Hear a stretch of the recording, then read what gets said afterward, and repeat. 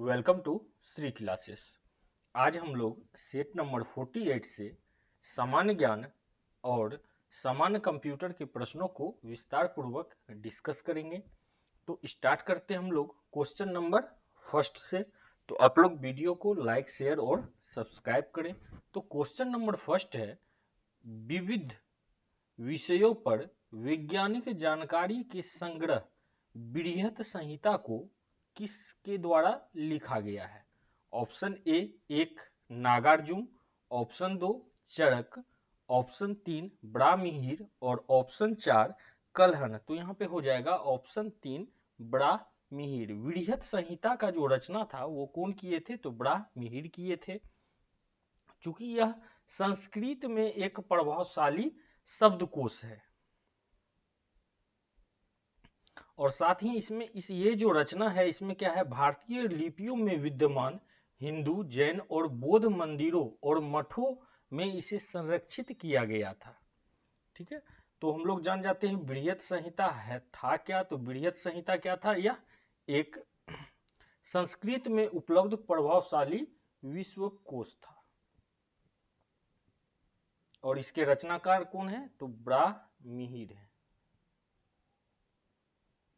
Next देखते हैं हम लोग, भारत से गुजरने वाली अक्षांश डैश से भी गुजरते हैं। ऑप्शन ए राजस्थान, ऑप्शन दो उत्तराखंड, ऑप्शन तीन तमिलनाडु और ऑप्शन चार तेलंगाना।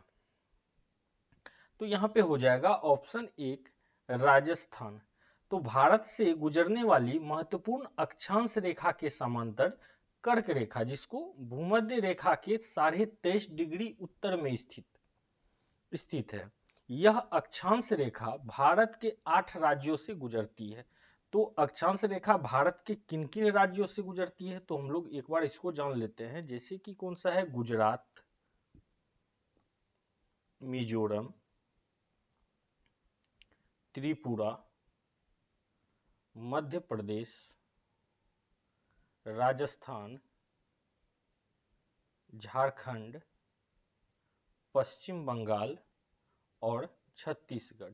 तो ये 8 राज्य हैं जिससे होकर अक्षांश रेखा गुजरती है। इसका एक ट्रिक भी है, गमछा झाड़ मित्र वर। तो इसमें गमछा जैसे है, गमछा झाड़ मित्र वर। तो यहाँ पर जो है जैसे ग है तो ग से गुजरात, इसी तरह मो है तो मो से हो गया मिजोरम, छ से हो गया छत्तीसगढ़, झ से हो गया झारखंड। तो इस आधार पे भी इसको हम लोग याद करके रख सकते हैं। नेक्स्ट देखते हैं हम लोग, निम्नलिखित में से किस पौधे को जड़, तना और पत्तियों में विभेदित नहीं किया जा सकता?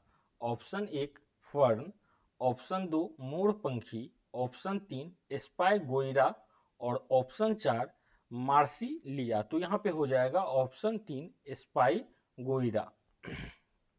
स्पाइगोइरा समूह के जो पौधे में शरीर की अलग अलग बनावट नहीं होती है। ठीक है, स्पाइगोरा तंतु युक्त शैवाल है। ये किस तरह का शैवाल है? तो तंतु युक्त शैवाल है जिनमें बेलनाकार कोशिकाओं की पतली वो श्रृंखलाएं होती है। ठीक है, नेक्स्ट हम लोग देखते हैं,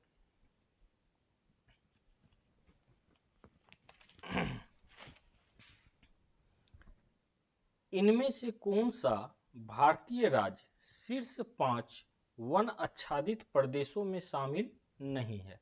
ऑप्शन एक पंजाब, ऑप्शन दो मध्य प्रदेश, ऑप्शन तीन छत्तीसगढ़ और ऑप्शन चार महाराष्ट्र। तो यहाँ पे हो जाएगा ऑप्शन एक पंजाब।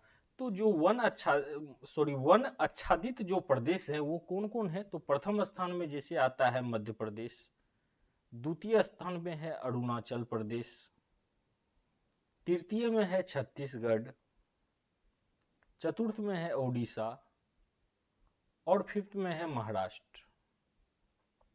तो पंजाब एक ऐसा राज्य है जो क्या है? वन आच्छादित राज्य नहीं है।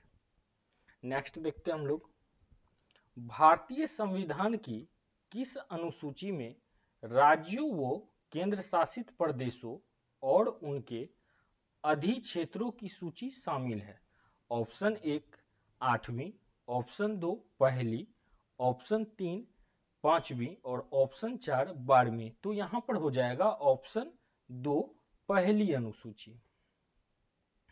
तो संविधान का जो प्रथम अनुसूची में राज्य और केंद्र शासित प्रदेशों और उनके क्षेत्रों की सूची है। नेक्स्ट देखते हैं हम लोग, निम्नलिखित में से कौन सा विकल्प राज्य विधानसभा विधायकों की संख्या से संयोजन के संदर्भ में गलत है? ऑप्शन 1 महाराष्ट्र 288, यह सही है। ऑप्शन 2 दिल्ली 50, यह क्या है? गलत है। तो इस आधार पे क्या हो जाएगा? ऑप्शन 2 दिल्ली में जो है विधानसभा का सीट का संख्या है, सदस्य का संख्या 70। ठीक है, राजस्थान में सही है 200 और उत्तराखंड में भी सही है 70। नेक्स्ट देखते हैं हम लोग, कोलकाता बंदरगाह किस नदी पर स्थित है? Option 1 Godavari, option 2 Ganga, option 3 Mahanadi और ऑप्शन 4 हुगली। तो कोलकाता जो बंदरगाह है यह हुगली नदी पर स्थित है। और इस बंदरगाह का नाम क्या है? तो इसका नाम है श्यामा प्रसाद मुखर्जी, श्यामा प्रसाद मुखर्जी पोर्ट। ठीक है, नेक्स्ट देखते हैं हम लोग, जलियांवाला बाग हत्याकांड में अहम भूमिका के कारण माइकल फ्रांसिस ओडायर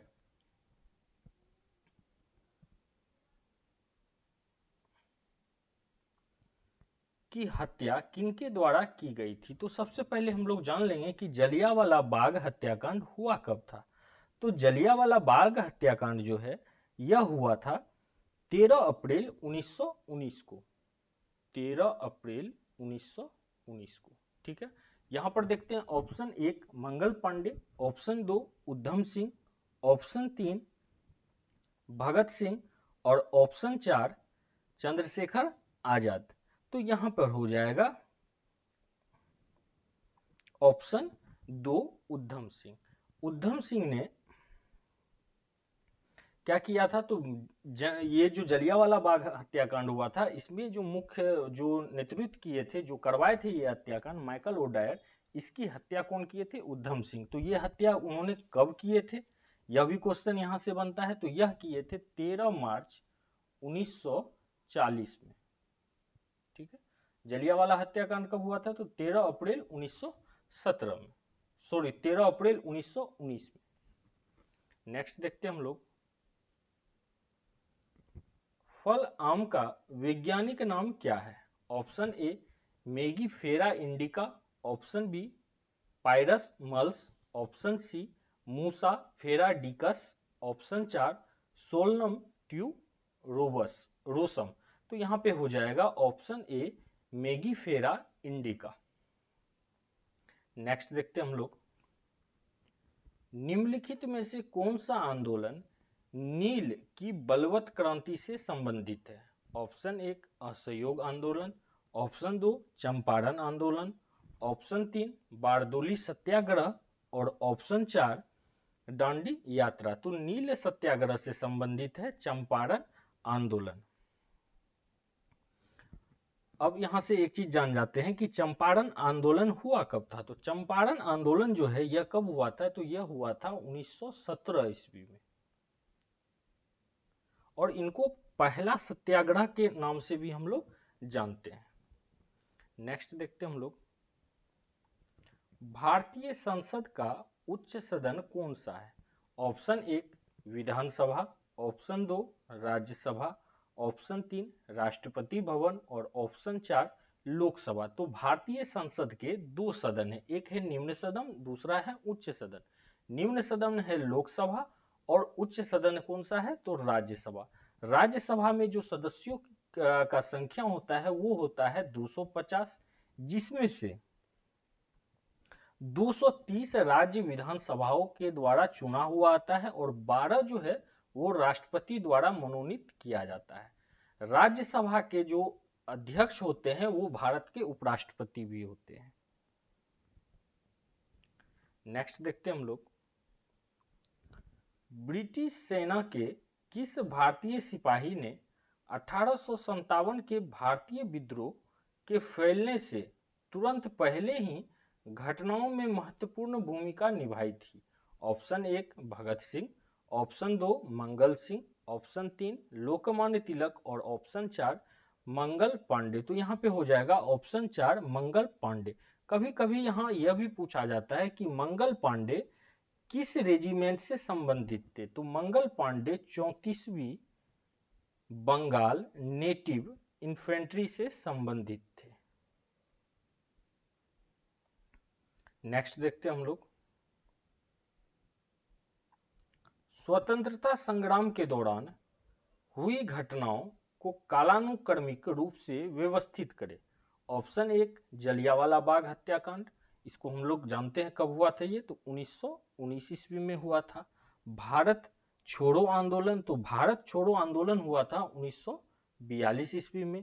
ध्वज सत्याग्रह, तो ध्वज सत्याग्रह 1923 ईस्वी में हुआ था। और इसी तरह लास्ट है असहयोग आंदोलन, तो यह हुआ था 1920 ईस्वी में। तो इसको हम लोग इसके क्रम के अनुसार से सजा लेंगे। तो सबसे पहले कौन हो रहा है यहाँ पे देख रहे हैं हम लोग, जलियांवाला बाग हत्याकांड, ठीक है, 1919 ईस्वी में। तो इस आधार पे हो जाता है मेरा ऑप्शन 3। पहला जलियांवाला बाग हत्याकांड, दूसरा हो गया असहयोग आंदोलन, तीसरा हो गया ध्वज सत्याग्रह और चतुर्थ हो गया भारत छोड़ो आंदोलन। नेक्स्ट देखते हैं हम लोग,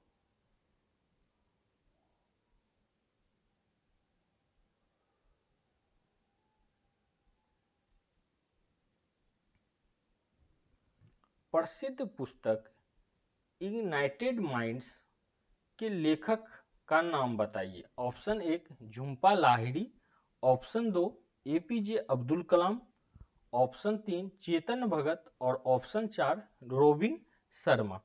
तो यहाँ पे हो जाएगा ऑप्शन 2 एपीजे अब्दुल कलाम। ये भारत के भूतपूर्व राष्ट्रपति भी रह चुके हैं और ये मिसाइल मैन के नाम से भारत में प्रसिद्ध हैं।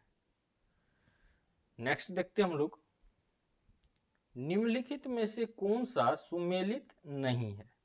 ऑप्शन 1 कुडनकुलम नाभिकीय शक्ति संयंत्र तमिलनाडु, यह सही है। नरोरा नाभिकीय रिएक्टर, यह क्या है, तो यह गलत है। नरोरा कहाँ पे है, तो नरोरा है उत्तर प्रदेश में, जो कि यहाँ पर दिया हुआ है राजस्थान में। तारापुर नाभिकीय रिएक्टर सही है। केगा परमाणु रिएक्टर यह भी सही है कर्नाटक। तो नरोरा नाभिकीय रिएक्टर कहां पर स्थित है, उत्तर प्रदेश में, जो दिया हुआ है राजस्थान में। इस आधार पर यह क्या होगा, गलत है। अब हम लोग कंप्यूटर के प्रश्नों को डिस्कस करेंगे।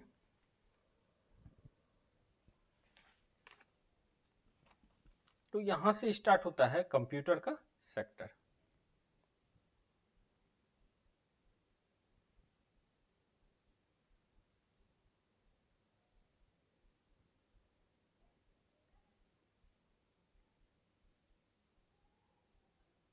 तो question number first, optical distribution network O D N क्या है। ऑप्शन 1 फिजिकल फाइबर और ऑप्टिकल डिवाइस जिसके माध्यम से सिग्नल को दूर संचार नेटवर्क में उपयोगकर्ताओं तक वितरित किया जाता है। ऑप्शन 2 फिजिकल फाइबर जिसके माध्यम से सिग्नल को इलेक्ट्रॉनिक सर्किट में उपयोगकर्ताओं तक वितरित किया जाता है। ऑप्शन 3 ऑप्टिकल डिवाइस जिसके माध्यम से सिग्नल से का वितरण नहीं किया जा सकता। और ऑप्शन 4 फिजिकल फाइबर जिसके माध्यम से सिग्नल को दूर संचार नेटवर्क में उपयोगकर्ताओं तक वितरित किया जाता है। तो यहाँ पे हो जाएगा ऑप्शन 4 फिजिकल फाइबर जिसके माध्यम से सिग्नल को दूर संचार नेटवर्क में उपयोगकर्ताओं तक वितरित किया जाता है। नेक्स्ट देखते हैं हम लोग, FTTP का पूर्ण रूप क्या है। Option 1 frame to the permission, option 2 fibre to the permission, option 3 fibre to the premises और option 4 fusion to the premises. तो यहाँ पे हो जाएगा option 3 fibre to the premises. Next देखते हैं हम लोग, MS वर्ड में केंद्र में एक पैराग्राफ को संरेखित करने के लिए निम्नलिखित में से किस कीबोर्ड शॉर्टकट का उपयोग किया जाना चाहिए? Option 1 CTRL+J, option 2 CTRL+C, option 3 Alt+C और ऑप्शन 4 CTRL+E। तो यहाँ पे हो जाएगा ऑप्शन 4 CTRL+E। नेक्स्ट देखते हैं हम लोग, MS एक्सेल का फाइल एक्सटेंशन निम्नलिखित में से कौन सा है? ऑप्शन 1 .exis, ऑप्शन 2 .xlsx और ऑप्शन 3 .els और ऑप्शन 4 .exl। तो यहाँ पे हो जाएगा ऑप्शन 2 .xlsx। नेक्स्ट देखते हैं हम लोग, निम्नलिखित में से कौन सा एक आउटपुट डिवाइस है? Option 1 printer, option 2 RAM, option 3 रोम और ऑप्शन 4 जॉयस्टिक। तो यहाँ पे हो जाएगा ऑप्शन 1 प्रिंटर।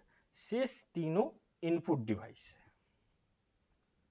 नेक्स्ट देखते हैं हम लोग, MS एक्सेल वर्कशीट के सेल में टेक्स्ट का डिफॉल्ट क्षैतिज संरेखण क्या है?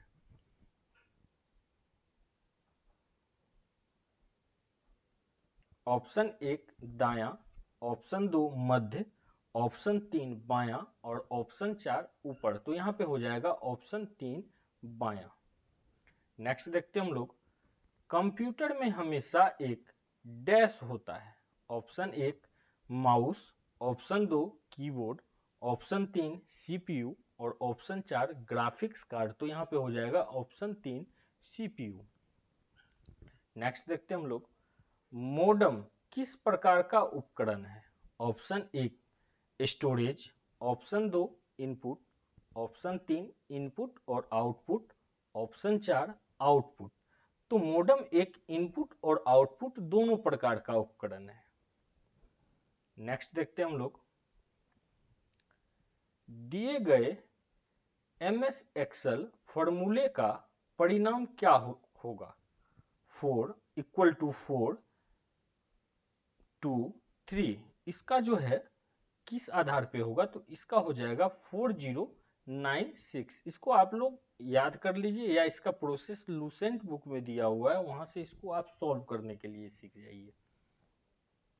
नेक्स्ट देखते हैं हम लोग, डैश एक ऐसा पासवर्ड है जिसे केवल एक बार इस्तेमाल किया जाता है, जिसे आमतौर पर बेहतरीन ढंग से विशेष सॉफ्टवेयर के द्वारा उत्पन्न किया जाता है।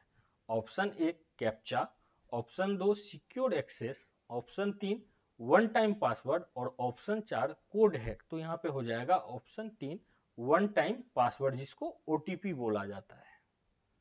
नेक्स्ट देखते हैं हम लोग,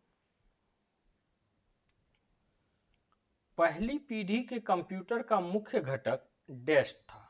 option 1 transistor, option 2 vacuum tube, option 3 integrated circuit और ऑप्शन 4 कोई विकल्प सही नहीं। तो पहला पीढ़ी का जो कंप्यूटर था वो किस पे आधारित था? वैक्यूम ट्यूब पे आधारित था। नेक्स्ट देखते हैं हम लोग, जब आप ईमेल भेजते हैं तो निम्न में से किस फील्ड में आपका ईमेल पता होना चाहिए? Option 1 from, option 2 to, option 3 BCC और ऑप्शन 4 CC। तो यहाँ पे हो जाएगा ऑप्शन 4 CC में आपका ईमेल का पता होना चाहिए। नेक्स्ट देखते हैं हम लोग, माइक्रोसॉफ्ट पावर पॉइंट में पिछली कार्रवाई को रद्द करने का कुंजी पटल लघु मार्ग है। Option 1 CTRL+V, option 2 CTRL+Z, option 3 CTRL+C और ऑप्शन 4 CTRL+A। तो यहाँ पे हो जाएगा ऑप्शन 2 CTRL+Z। नेक्स्ट देखते हैं हम लोग, ईमेल पते में निम्नलिखित में से कौन से संकेत अवश्य इस्तेमाल किए जाना चाहिए? ऑप्शन 1 डॉलर, ऑप्शन 2 हज, ऑप्शन 3 एंड और ऑप्शन 4 @। तो यहाँ पे हो जाएगा ऑप्शन 4 @। नेक्स्ट एंड लास्ट प्रश्न को हम लोग देखेंगे। जब आप किसी MS एक्सेल वर्कशीट के सेल का चयन करते हैं और F2 कुंजी दबाते हैं तो क्या होगा? ऑप्शन 1, सेल की सामग्री हटा दी जाएगी।